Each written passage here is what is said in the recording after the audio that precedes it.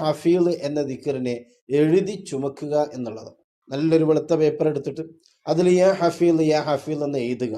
അത് ഒരു 99 പ്രാവശ്യം എഴുതുക. 99 തവണ.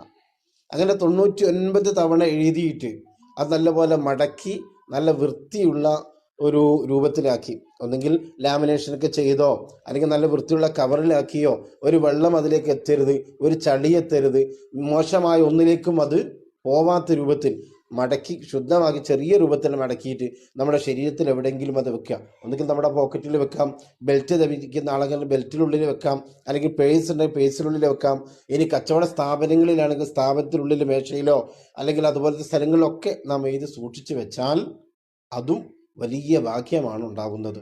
അത് നമ്മുടെ സ്ഥാപനങ്ങളിലൊക്കെ വെച്ചാൽ അങ്ങനെ എഴുതിയിട്ട് ഒരു 99 പ്രാവശ്യം എഴുതി നമ്മൾ എഴുതി സൂക്ഷിച്ചു വെക്കുകയാണെങ്കിൽ ആ കച്ചവട സ്ഥാപനത്തിന് വലിയ നേട്ടമുണ്ടാവും.